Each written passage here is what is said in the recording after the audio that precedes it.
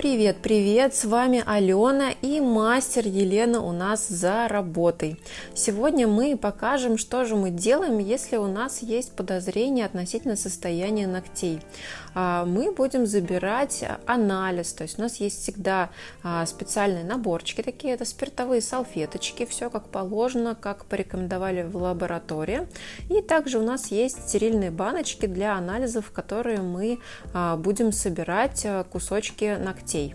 То есть наша задача срезать часть свободного края, достать все содержимое из-под ногтя, по крайней мере, большую его часть, чтобы материала хватило для анализа из разных его частей, потому что не всегда с первого раза, честно могу сказать, определяется наличие или отсутствие спор грибов.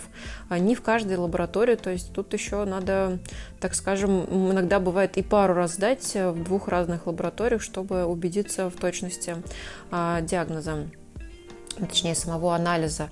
Вот конкретно в этом случае могу сказать, что у нас произошло следующее. То есть пришла клиентка, обратилась вот с жалобой на такое состояние ногтей.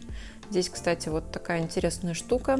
Тут история умалчивает, но осмелюсь предположить, что с 90% вероятностью здесь было хирургическое удаление частично ногтя.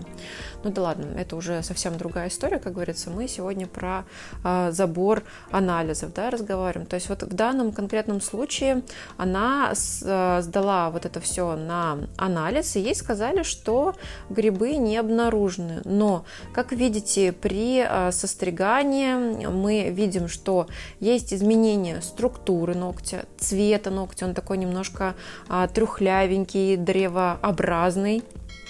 Не побоюсь этих слов, то есть явно что-то не то. Также могу добавить, что есть еще и ароматы некие, исходящие от ног, что тоже может нам сказать о вероятной наличии грибковой инфекции. И также еще вот сейчас добавлю в уголочек фотографию, у нее между вторым, третьим и четвертым пальчиком есть опрелость и такие белые точечки на стопе. Это мелкоточная кератодермия называется, то есть такое вот умное. По-нашему, по-русски, это такие опрелости. Вот если вы видите между пальчиков у клиента какие-то вот опрелости, может быть, небольшие язвочки, и все это влажное, сопровождается запахом, это вот, верный признак грибка стопы. Но, конечно, мы, как мастера педикюра, с углубленным, так скажем, изучением, с уклоном на подологии, мы не имеем права, во-первых, никто не имеет права ставить диагноз на глазок, правильно, это вообще не профессионально. Поэтому мы сотрудничаем с лабораториями, с дерматологами и с ортопедами, и с прочими в нашем городе, в других городах, везде, где только можем, общаемся, друг другу отправляем людей и так далее.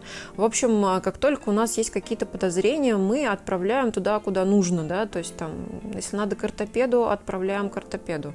Надо к дерматологу, значит, пойдет у нас человек к дерматологу.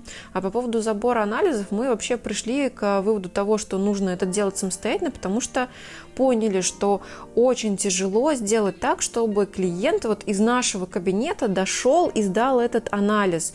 То есть намного проще его взять, грубо говоря, тепленьким, прямо на месте и уже там решить весь этот вопрос, потому что, пока она выйдет, она там пока подумает, ой, не сегодня, наверное, через неделю, через 2 уже забыла, и в итоге она такая приходит, ой-ой-ой, я забыла.